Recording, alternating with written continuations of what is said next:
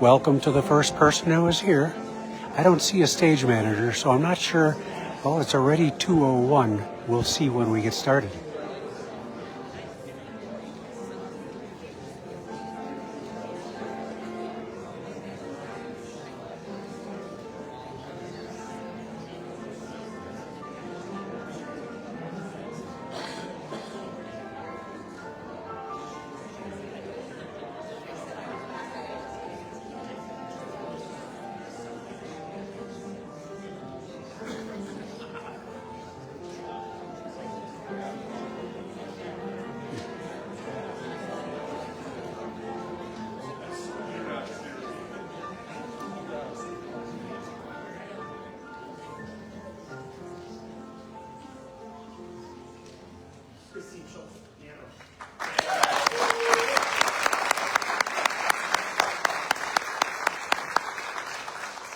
Hi, everybody. I'm going to go off script.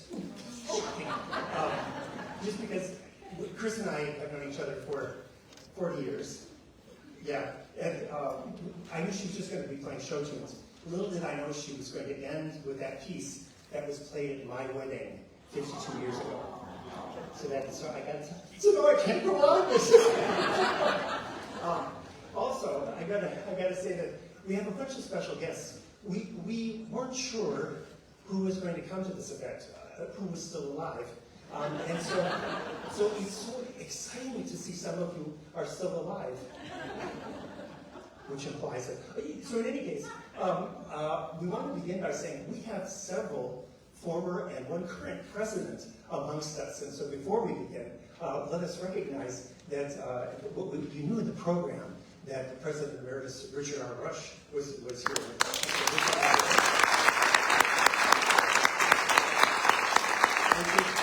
Richard walked all the way from California, and he's very sore. And then we are delighted that Dr. Richard Davenport is also with us. The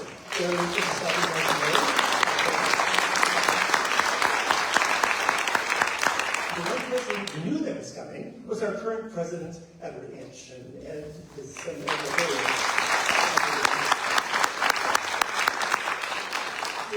really exciting thing was we thought, we thought some faculty would come for sure. We thought maybe one or two deans would join us. And as I was walking around the lobby, I'm old enough to recognize, well, there's a dean, there's a dean, there's a dean.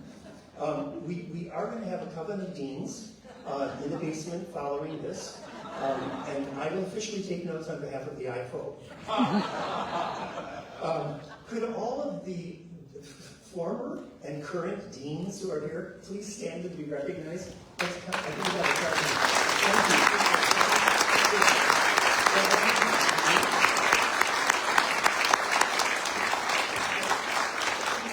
I think that's a quorum. We can have this meeting.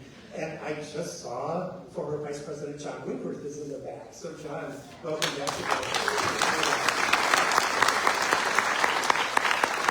Now, I know that you're not surprised that this is happening in the Ted Hall Theater. We do want to always give credence and kudos to our beloved colleagues in theater and dance. This particular set is designed by, it's over here, but it's going to change. You got to pay to see that. It's going to change. It's designed by John Paul. The set designer is with us as well.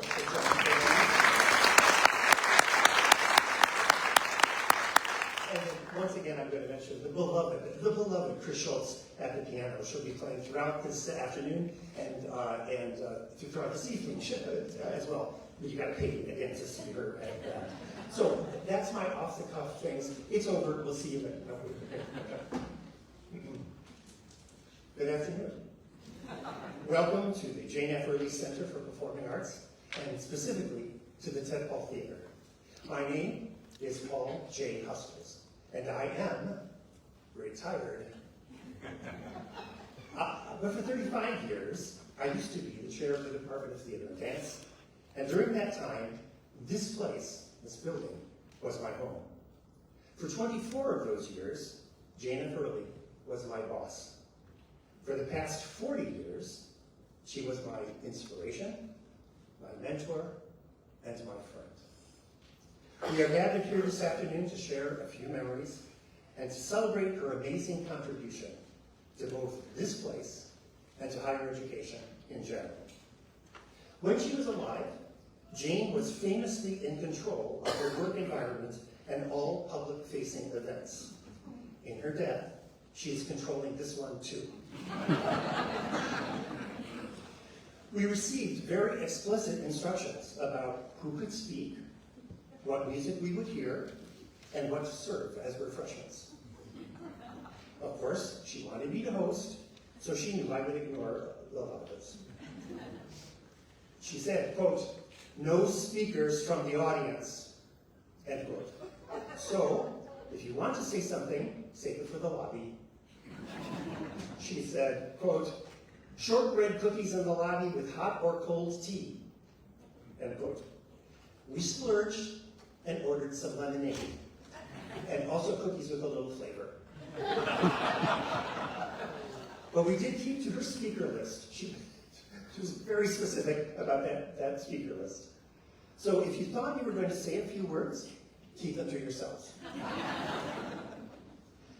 You could probably say them privately, she'll hear you. Most of you know that Jane was a very private person. She was the consummate professional at work and rarely talked about her personal or her spiritual life. I got to know about that spiritual side by attending far too many, what we used to call funerals, now we call them celebrations of life, with her, both before and after I retired. Jane didn't drive for those last several years, and she depended on good friends like Bonnie and Tim Hitch to get her around. I was her go-to funeral date, as I inevitably knew the deceased we were going to honor. So, we would like to begin our speaking roster this afternoon with someone who can easily speak to that spiritual side of Jane. It gives me great pleasure to introduce to you our first Jane-approved speaker, the Reverend Michelle Hargrave. Reverend Hargrave is a conference superintendent for the Minnesota Annual Conference of the United Methodist Church, supervising the 75 churches of the River Bluffs District. Before that, she served as senior pastor at Centenary United Methodist Church in downtown Mankato for 10 years, where she was Jane Earley's pastor. Michelle has been clergy for 34 years and lives in North Mankato with her husband, Kelly. I present to you Reverend Hargrave.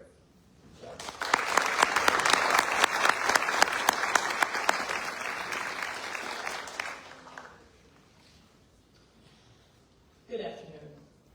Jane was a lifelong Christian, and so I will offer an invocation prayer in that tradition, but I want to make room for whatever soul space you are bringing this afternoon.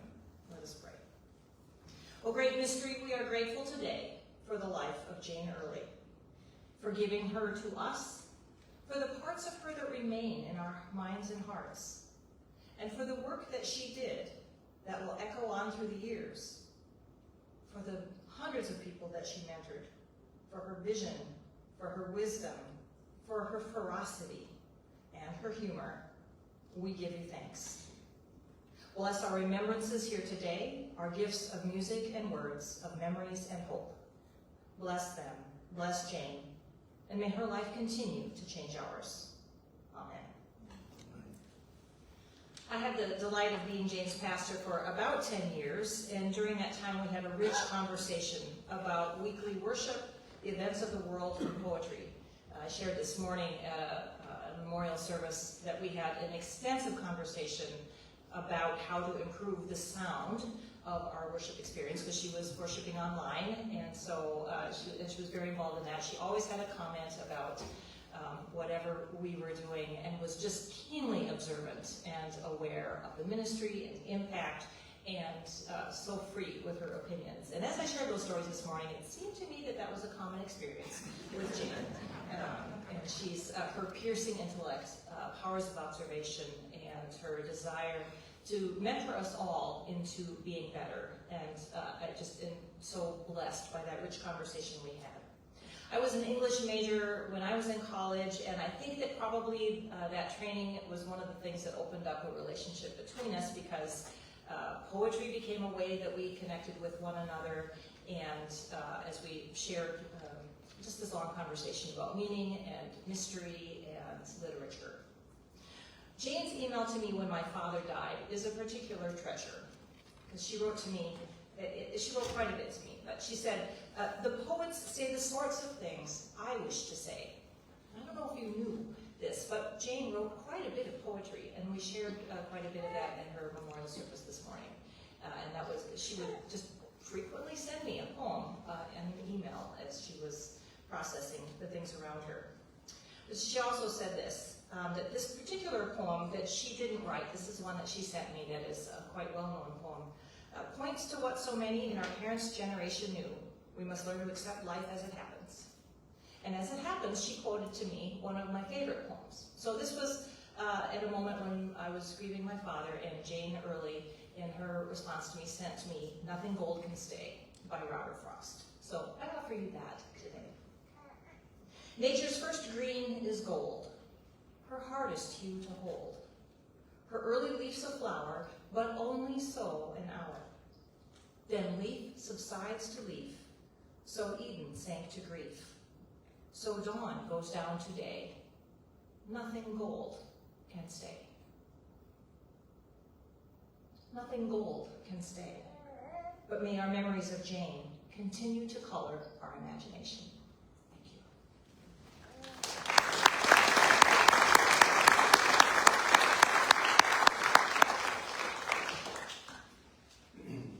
Jane had a deep appreciation for spiritual music, as well as the lyrics of the music that spoke to her poetic sensibilities. At the earlier service today that Michelle referenced, we heard some of her favorite hymns. We couldn't hear them all. She had a list of, what, there were 100 of them. There were quite a few. But she called these congregation singing. And often she accompanied them herself on the church organ. For this event, Jane requested a special ballad that spoke to her directly. And she wanted one of her favorite singers to sing it for you. She first heard Nick Wayne when he was an undergraduate student. And then we hired him the second he graduated with his master's in music from MSU, and he became the music director and vocal teacher extraordinaire for the Department of Theater and Dance. First, as a member of the administrative faculty, I'm saying this for all the deans out there, he was an administrative faculty, and then at long last, as a tenured track professor. He was, I'm proud to say, just promoted and tenured this term. Here is Associate Professor Nick Wayne, accompanied by the ever-present and always brilliant pianist and MSU alum, Gus Schultz. Nick will be singing a Scottish ballad, My Ain Country, by Mary Augusta Lee Demarest.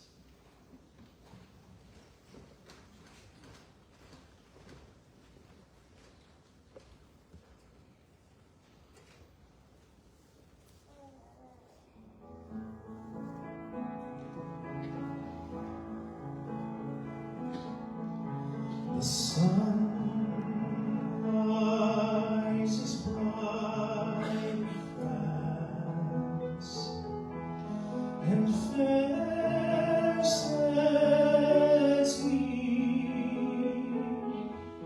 but he has lost the look he had in my native country. The gladness comes to many, the sorrow comes to me, as I look o'er the ocean wide to my ain country.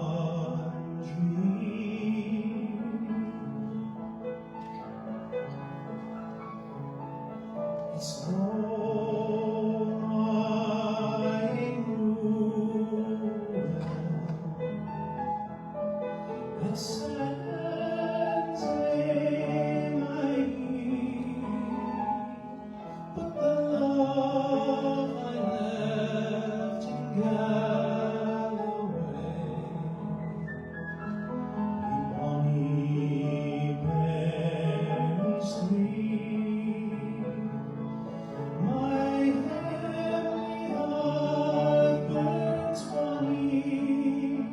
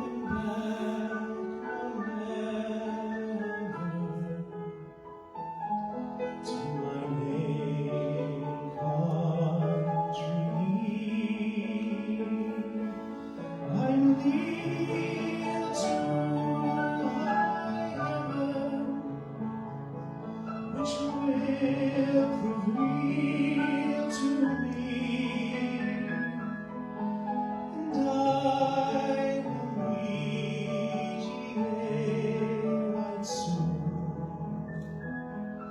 in my native country,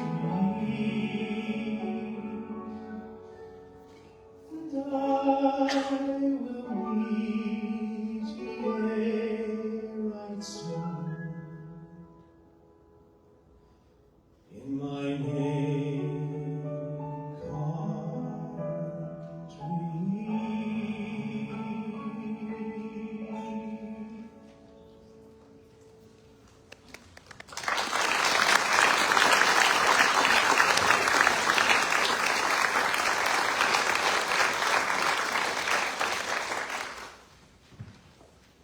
When you die, and if you're lucky enough to get to heaven and you hear the choirs of angels, it's going to sound like that. Thank you, Nick.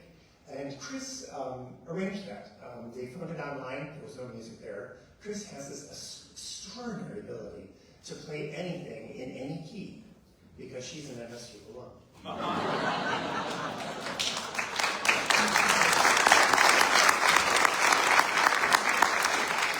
Isn't that right, Dean Wilson?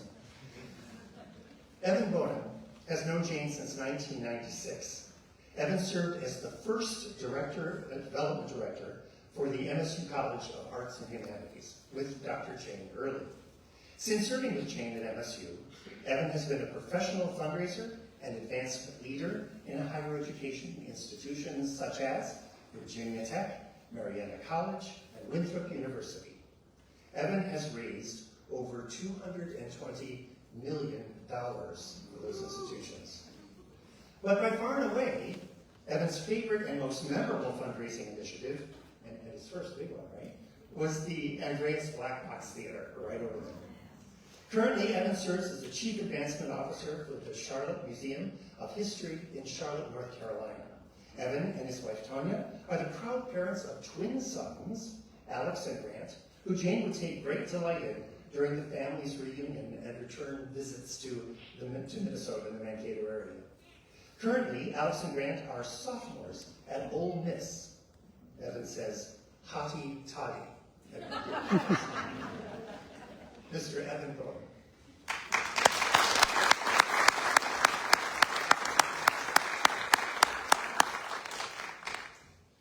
I was doing great until that intro, Paul. Thanks.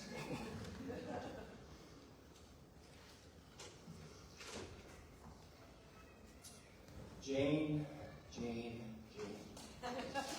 Memories of Jane fill me and all of us here today at the Tadpole Theater, the Jane F. Earley Performing Arts Center.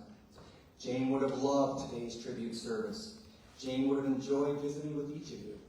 She had a gift of remembering something special about you, and she would weave it into the conversation with you. Jane made you feel appreciated and valued. That was one of Jane's special gifts. My lifetime journey and friendship with Jane began in November 1995, just a few months before January 96. In November 1995, I was interviewing with Jane and the college faculty to join the college as their first director of development. I had completed the day of interviews, and the faculty search committee was mixed on me.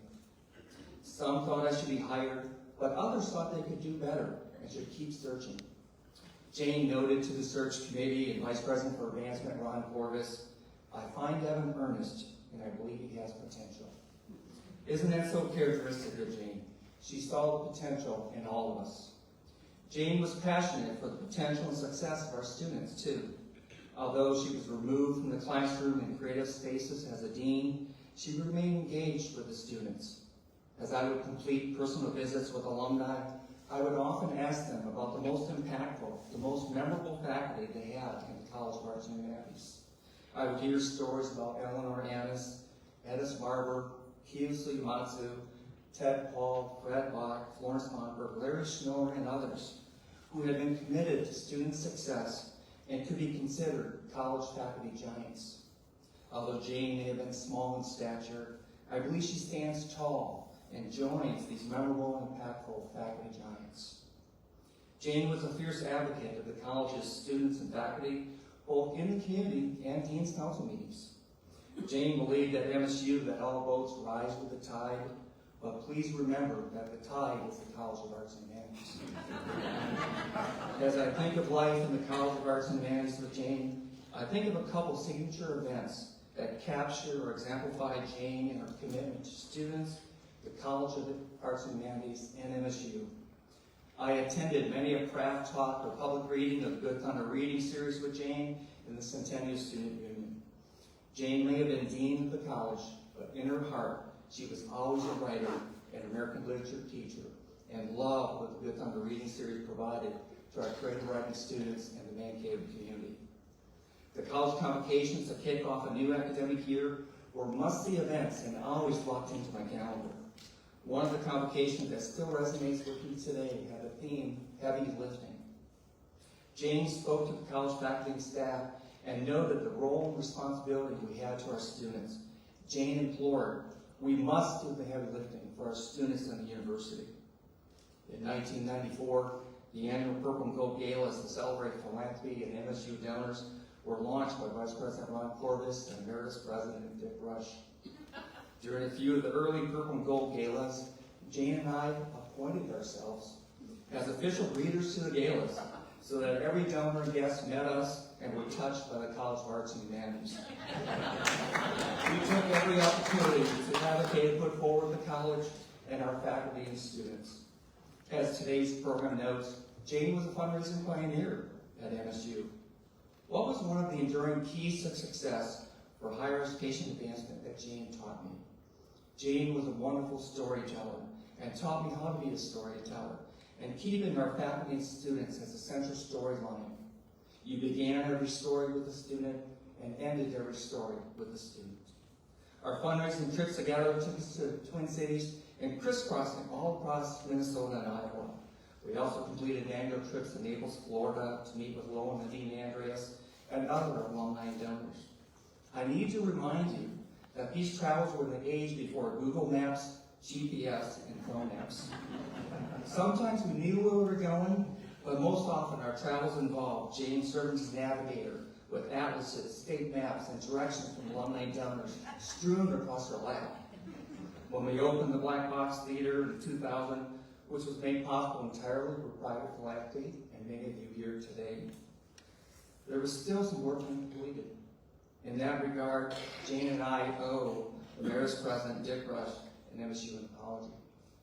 Dick, after the Andreas Theater, Black Box Theater, we are sorry we didn't get the new visual art plan built. Paul Hustles is directing this tribute service, and brevity is important. I do not want to be blamed for my scene going too long, so I need to conclude, and I will do so with Jane's favorite poet, Robert Frost. Into my own.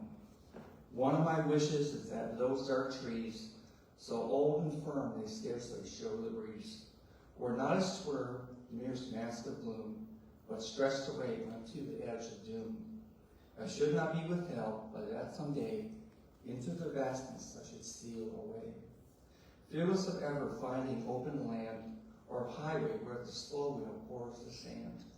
I do not see why I should e'er turn back, or those should not set forth upon my track.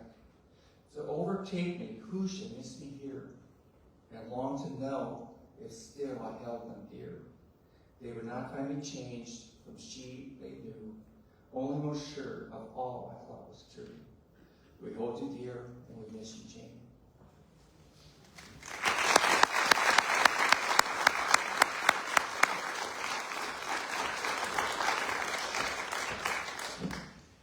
You know, I was on that search committee, and I remember. Where did you land?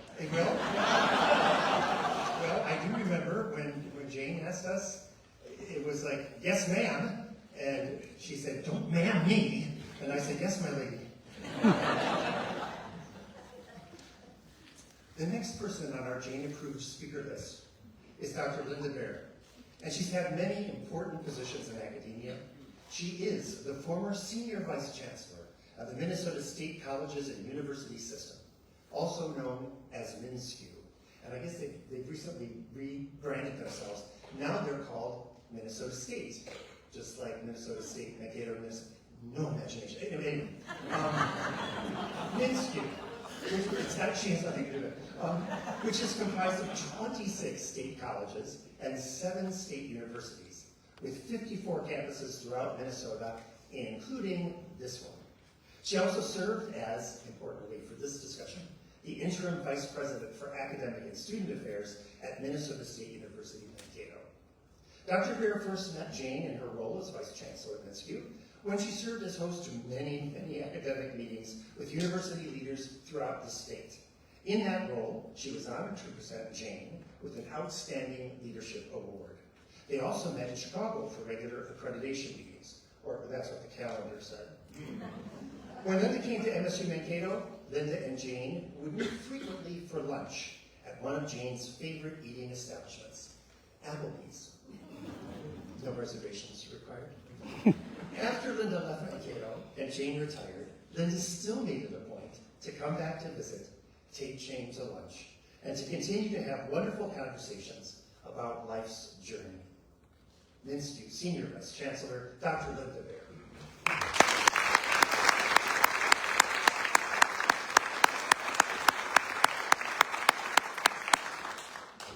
Good afternoon. Well, what can we say about you? Some people come into our lives and quietly go. Others stay for a while and leave footprints on our hearts, and we are never the same. That was certainly Jane. She was dedicated to helping students, faculty, administrators, family, and friends. While I was interim vice president here at MSU Mankato, Jane and I often met for lunch. Yes, she loved Applebee's, and we even had our favorite waiter. We usually talked about her latest poetry or my grandkids going to college. She loved to be a part of their journeys. It was during one of our conversations at Applebee's that Jane hatched the great Girl Scout cookie caper. I mentioned that our granddaughter was selling Girl Scout cookies. Jane looked at me with a twinkle in her eye, and she went home and got online and determined she would buy 40 boxes, much to the surprise of our granddaughter. Owen asked, "Does she eat them all?" I said, "Yes, she did." And over the next few years, Jane ordered at least 30 boxes per year. We delivered cases of Girl Scout cookies to her. In fact, I was going to deliver 29 boxes this year when she passed. Tim said keep them, so I shared them with my sisters and friends. Jane told the story about being contacted by the MSU Alumni Association.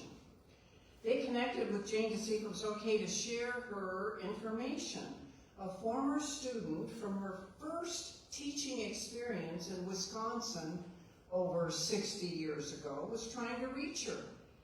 He had entered her poetry class to stay in school at the time, and staying in the school meant not being drafted. While he knew nothing about poetry, Jane changed that. With Jane's mentoring, he engaged in the class and found a calling to writing. The student from 60 years ago started corresponding with Jane recently, sharing poems for her to review, for her advice, and for discussion. Jane loved it. She was thrilled to have a new friend and told me about his poetry and their conversations. Jane changed his life. Jane loved mentoring leaders. She often said that she worked with over 5 of the presidents at Mankato. As the longest-serving arts and science dean in the country, she mentored college deans across the country. One of the people Jane mentored wanted to be a president. He applied to many places but didn't find the right match. Jane provided advice, and one day a few months ago, she talked with him about an interim presidency in the Minnesota system. She encouraged him to apply, and he was offered the job. She changed his life. She helped people see their potential and work towards their hopes and dreams. Jane would greet her colleagues with great enthusiasm at Fall Startup. In her poem about the dean, on the first day of school, Jane said, "September after September, I'd tell myself my role was to rewind. To bring back to their minds the job they'd come here to do, to remind them of its importance. My role was to name the thing they did and to ask them to remember it and to share with their students why they had fallen in love with their subject in the first place." A colleague asked if we could invite the women deans at MSU to a leadership retreat. Jane and I invited Margaret Prescott, former president at MSU Mankato, to join us. I valued Jane and Margaret as pioneers in leadership. We knew leadership can be lonely. This was a magical afternoon where we shared stories of our journeys, hints about difficult situations, how important it was to form your network of support, and what real leadership was about. In that, she shared the 10 don'ts for deans, the myths and realities according to an experienced dean, and what brings you the most joy.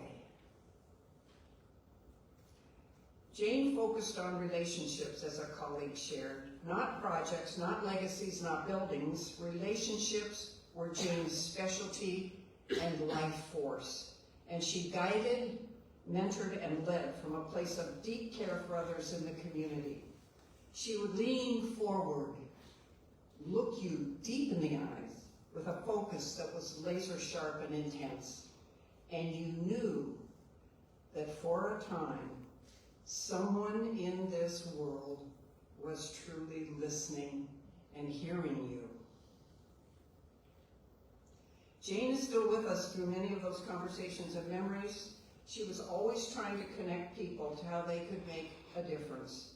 She made a difference in all of our lives. We will remember the twinkle in her eye and her mischievous grin, her sense of humor, and how much she loved students, friends, and colleagues. A friend shared that Jane was a wise, tough love, and life-changing icon of Minnesota State University, Mankato. She will always be in our hearts and minds. So, some people come into our lives and quietly go. Others stay for a while and leave footprints on our hearts, and we are never the same. Jane left footprints on our hearts, and we are better for knowing her. Thank you, Jane.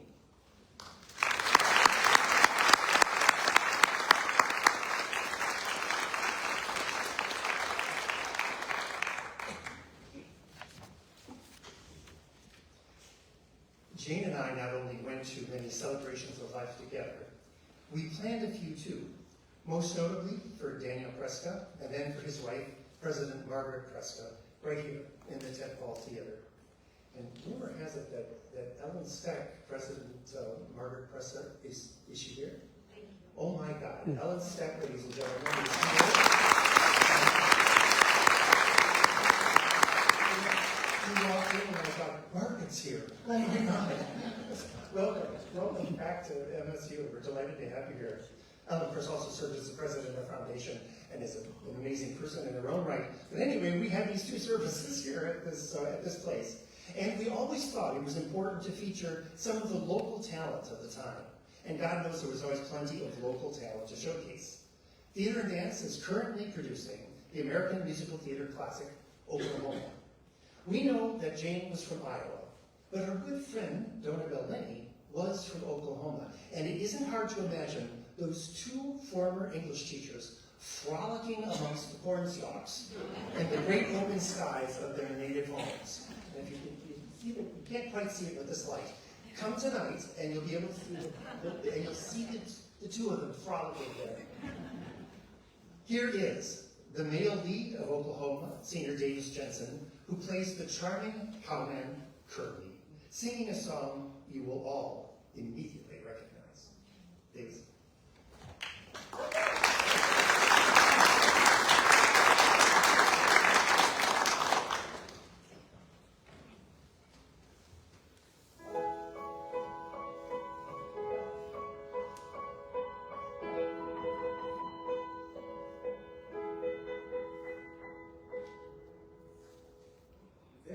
There's a bright golden haze on the meadow. There's a bright golden haze on the meadow. The corn is as high as an elephant's eye, and it looks like it's climbing clear up to the sky. Oh, what a beautiful morning, oh, what a beautiful day. I've got a beautiful feeling, everything's going my way. All the cattle are standing like statues. All the cattle are standing like statues. They don't turn their heads as they see me ride by. But a little brown maverick is winking her eye. Oh, what a beautiful morning, oh, what a beautiful day. I've got a beautiful feeling, everything's going my way.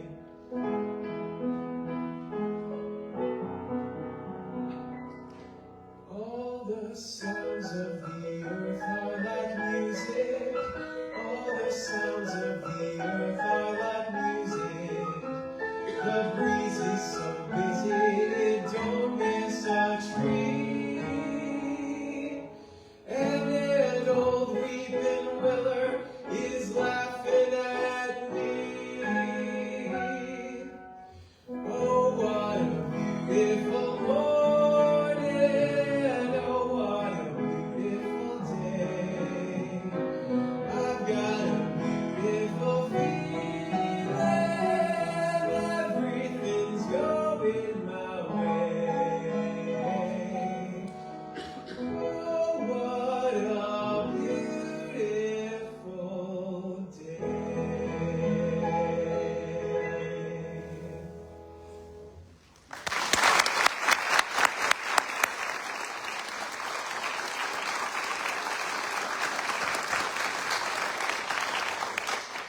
Thanks, Davis. Thanks again to Chris Schultz at the piano, as always. Yes, it's a pleasure. We can never applaud performing artists enough. A side note, some of you might recognize Davis as one of the leading actors of both Cabaret and Rent over the last 2 years. I got a chance to direct him in my very last show at MSU called Something Rotten. And I immediately knew he was destined for something less rotten. Making this performance even more special, Davis is one of the 2025-2026 Jane F. Earley Theater Scholars.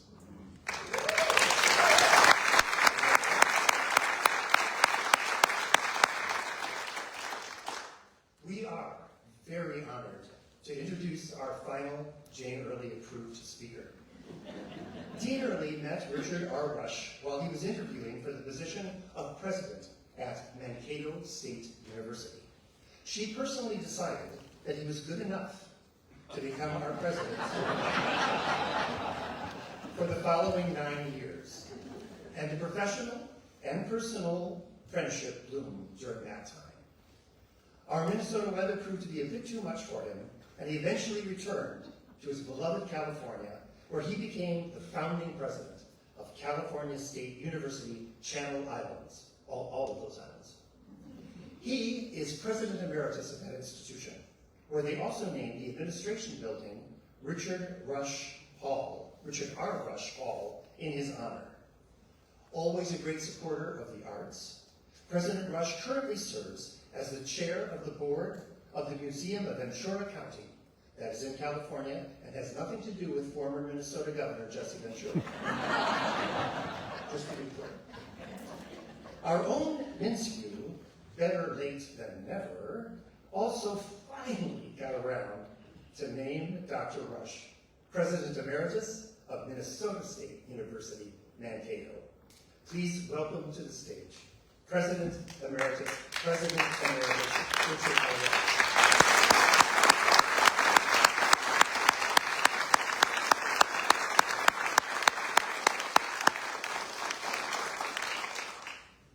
I never wanted Paul to speak ahead of me. Good afternoon, everybody. It's a pleasure to be with you again here in Mankato, and an honor to speak at this celebration of life for my dear friend, Jane Earley.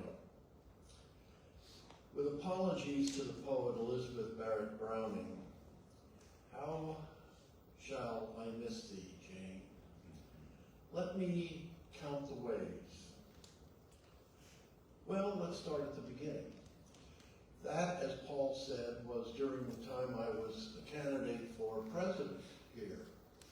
And having gone through the whole process, I came into the president's conference room for the exit interview, and Jane was sitting at the end of the table as I came in the door. And as I walked in, she grabbed my arm and said, "Clean up your act."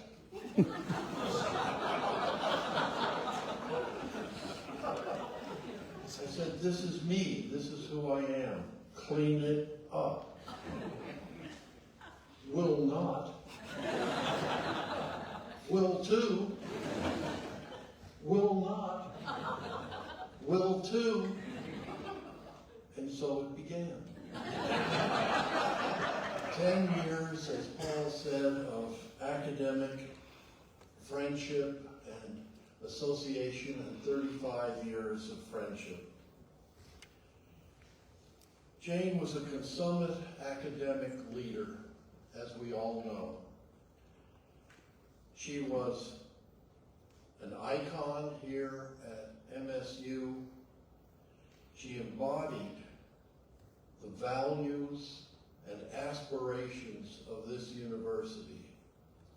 And as we move forward during my years, and as it has continued in the successive years, those values have continued because they are the essential MSU values.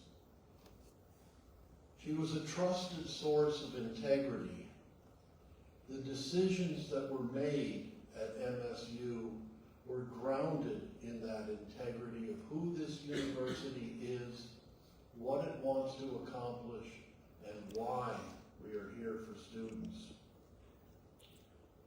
She was an inspiration, as Evan said, to preserve and foster the commitment to service. We were here for others, not for ourselves, but to use the talents that we were given in the service of others as we had been asked to do. But she held us all to a very high standard. As Evan and Linda pointed out, and actually to Michelle as well, and what's his name, the MC man. Jane and I shared a love of poetry, most notably the lyric. Though I dumped some Milton on her from time to time, just to keep her honest. And what did I get in return for teaching her about the greatest poet of the 17th century who wrote that masterpiece, Blind? I got the look. The look. Not quite what I expected, but quite what I got. But in that regard, then, one year I taught a course. Now, my academic appointment was in the College of Arts and Humanities, and so I was teaching a course in the English department on the lyric. It so happened that I ran into Jane in the hallway one day, and she accosted me. "Where's your academic plan?" I said, "What? Where's your academic plan? You're late." I said, "I don't have time to write this academic plan." She said, "I am your dean. These are the final words. Will do." And that continued. She got her academic plan.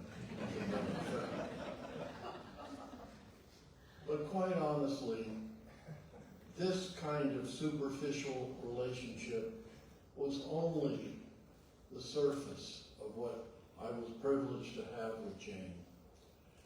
As was pointed out, she was a very private person. And in our relationship, it was a very private exchange. Most notably, when my wife was taken ill and subsequently passed away, Jane hovered over me very privately. Are you eating? Are you sleeping? Are you taking care of yourself? Constantly checking on me to be sure that I was all right. These acts of friendship, of concern, of care, of private support meant the world to me and continued on. I tried to allay her concern also by quoting her favorite poet, Robert Frost, and I said, Jane, I have miles to go before I sleep. And she said, are you eating? And when it transpired that I moved to California and took up the responsibility there, this concern did not stop. How are you doing? Are you eating? Are you sleeping? What are you doing for yourself? Take care of yourself. I love Jane for who she was as an academic, who she was as a person with that fundamental integrity. I loved her for her concern, ever the friend. The bond between us never lessened, though it was kept just between us. And now she's gone. Again, with apologies to Elizabeth Barrett Browning, I asked the question, shall I ever forget thee, Jane? And I respond, I am the president. I get the last word. Will not.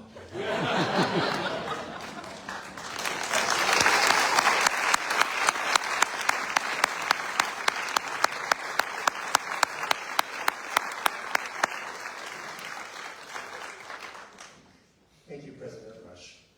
In addition to his many accomplishments at this university, we will always remember President Rush as the man who changed our name from Mankato State University, a place I came to work long before he did, to Minnesota State University, which will forever tie us to the fictional series Coach, which ran on ABC from 1989 to 1997.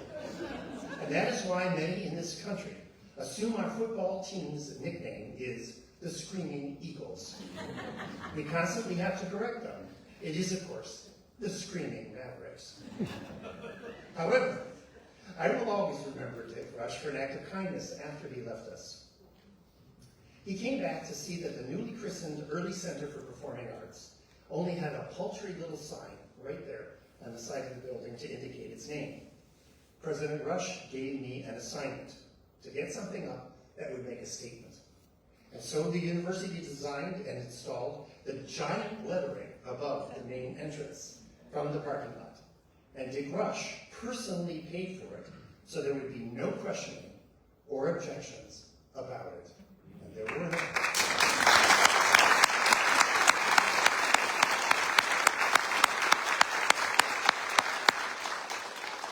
Jane Earley was thrilled and got to see those bold letters every single time she entered her namesake building. And when she left the building, she turned around and gave it a farewell smile. Thanks for that, Dick. It was 2011 when we dedicated this building in honor of Dean Emerita, Jane F. Earley, and she personally picked the performances by both the Departments of Theater and Dance and the Department of Music. And as part of that, she chose one of her favorite songs from the brilliant Stephen Sondheim musical, Into the Woods. Always a woman who appreciated the importance of words, this song spoke to her on many levels. She wanted us to reprise it at this event. So once again, here is the angelic professor, Nick Wayne, accompanied by Chris Schultz, to sing No One is Alone.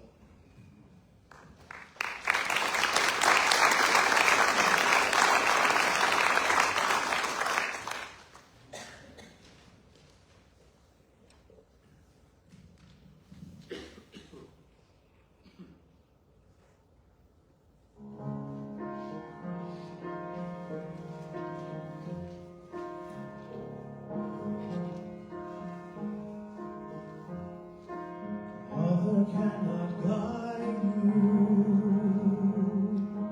Now you're on your own. Only me beside you. Still you're not alone. No one is alone. Truly, no one is alone. Sometimes people leave you halfway through the wood. Others may deceive you. You decide what's good. You decide alone. No one is alone. People make mistakes, fathers, mothers, people make mistakes, holding to their own, thinking they're alone. Honor their mistakes, everybody makes one another's terrible mistakes. Witches can be right, giants can be good. You decide what's right, you decide what's good. Just remember, someone is on your side, someone else is not. While you're seeing your side, maybe you forgot they are not alone. No one is alone.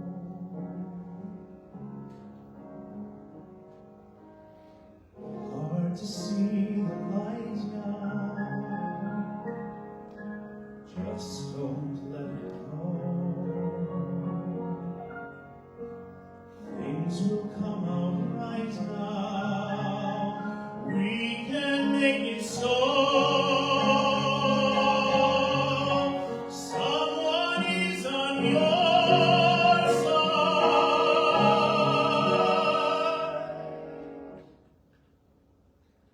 No one is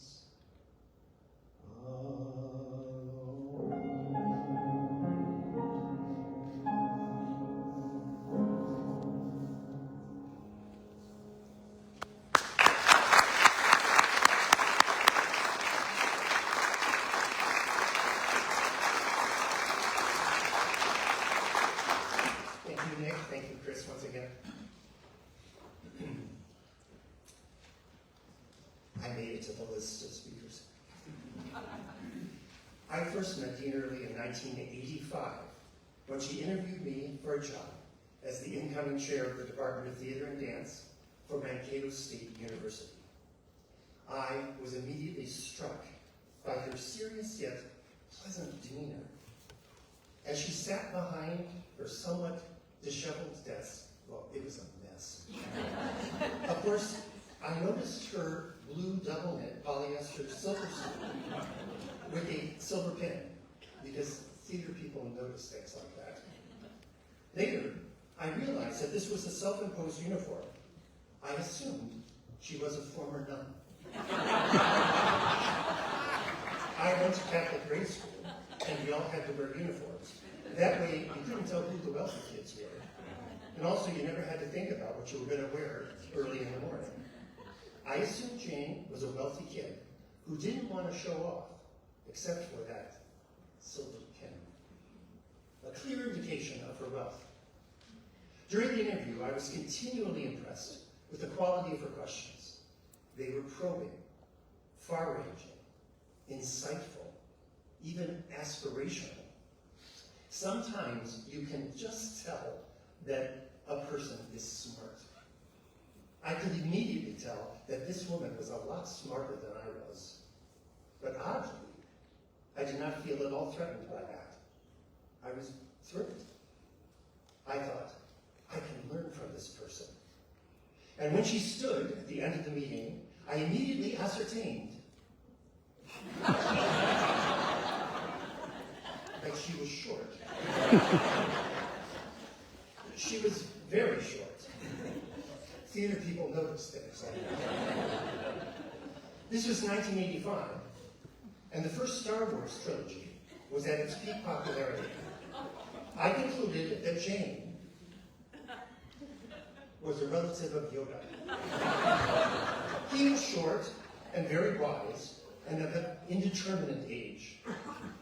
I found Jane to be short, very wise, and of an indeterminate age too. As I left the interview, I was sure of two things. First, she would make a great boss. And second, she was a former nun related to Yoda. To be sure, some of my colleagues, both professors and chairs, felt a bit intimidated, even threatened by Jane at times. Maybe that was because she was indeed a stern taskmaster. She did not suffer fools lightly. Somehow, I convinced her I was not a fool. Or if I was a Shakespearean fool. She cherished honesty, plain dealing. She herself was a master broker, and her specialty was getting things done. And those things inevitably helped students and faculty. Faculty sometimes in spite of themselves. And by the way, Jane, I think, had a pretty perfect record of guiding us faculty to promotion and tenure. She helped her fellow administrators in making Minnesota State University a better place to work, to grow, to flourish, and yes, to play. She was open, fair, encouraging, just. She had everything you could hope for in a dean. And, has been mentioned by several people, she had this great sense of humor. She specialized in the dry, acerbic quip, but she loved all types of humor, from slapstick to satire, from bawdy to esoteric. And that laugh. She could and would laugh right out loud. In the theater, you could always tell she was always either there or there. And you could tell because she was the one who got all the jokes. But my favorite expression of Jane was her giggle. Now I know some of you picturing Dean Earley giggling might be a stretch, but she was giggling all the time, mostly under her breath, mostly at human folly, or a New Yorker cartoon, one of the two. Jane was also, as you have heard, exceedingly generous, both with her time and resources. You've read in our program how she would come to as many events in this building as humanly possible, and also to the art gallery and the literary readings and philosophical seminars right across the street in Armstrong Hall. After plays and concerts, she would hang around the lobby or the halls like a fangirl, waiting to congratulate the student or faculty performer and to keep them with praise or sometimes with suggestions for improvement. By the way, she's harder on the faculty than the students. She took particular delight in tracking the progress of the student early scholarship winners, and at least in theater, she would always ask about them, both the ones that she could witness on the stage for herself, and the ones backstage, the backstage workers. She knew each and every one and delighted in their inevitable success. As also noted in your program, Jane was a tireless fundraiser and philanthropist in her own right. She didn't care for the accolades, but she did think it was important to set an example. She knew one secret of fundraising very well. If you are a donor yourself, it is much easier to ask others for donations. And she was a big donor, and she asked for big donations. God bless Nadine and Lowell Andrews. One fun fact, we retired faculty and staff at MSU have always had the privilege of receiving complimentary tickets to theater productions. We forced administrators to pay for their own tickets until the moment they retired. Oh, and I'll never forget Margaret's face when I told her she had to start paying for her tickets. She said, okay. I think they were $4.50 at that time. When Jane retired, I told her the tickets were now free.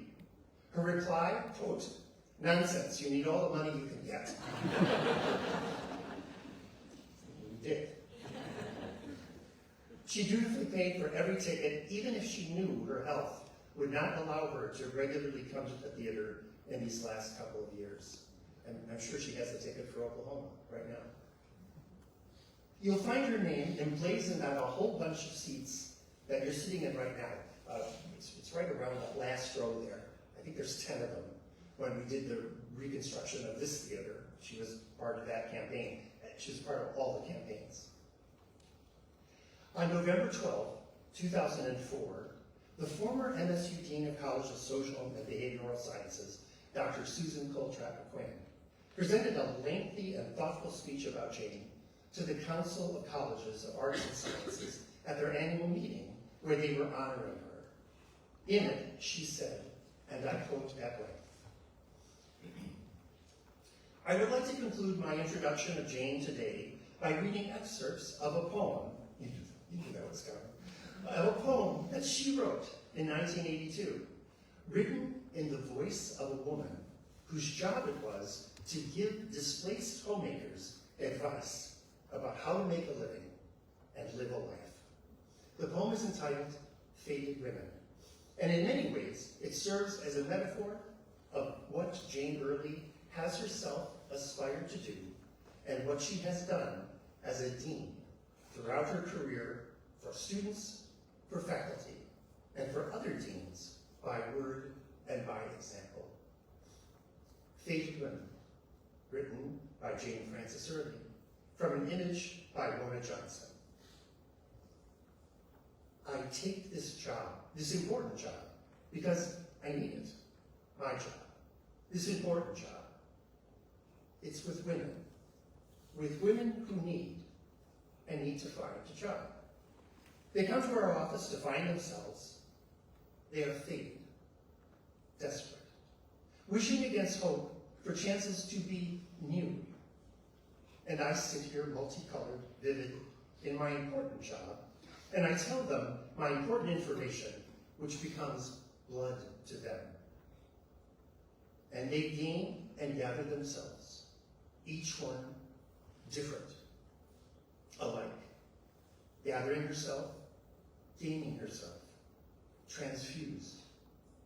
A woman comes, she comes once, twice, a dozen times, depending, and then one day, she doesn't come at all. She sits somewhere in an important job, multicolored, vivid, doing important work she needs. And in my office, I sit, faded, satisfied. Dean Earley did a lot of important work, and she did it very, very well. She had every right to be truly satisfied with her life's work. Requiem aeterna dona eis Domine, et lux perpetua luciate eis. Requiescant in pace. Amen. Good night, sweet Jane. And flights of angels, sing thee to thy rest. I want to give a special thanks to our speakers this afternoon, to singers Nick Wayne and Davis Jensen, and to Chris Schultz at the piano. Thanks to technical support from George Grubb, who did the sound, Steve Smith, who does the lights, Corey Hagan, who does the hosting, and to the Performing Arts Department. Thanks to all of the special guests in the audience, especially those former deans and former presidents and current presidents, and for all of you to come. Special thanks to the Earley family for joining us for this event. And Jane now invites you to have limited refreshments. No lunch, limited refreshments in the lobby where you can talk about her if you wish. And one last thing that I have to say, season tickets are gone.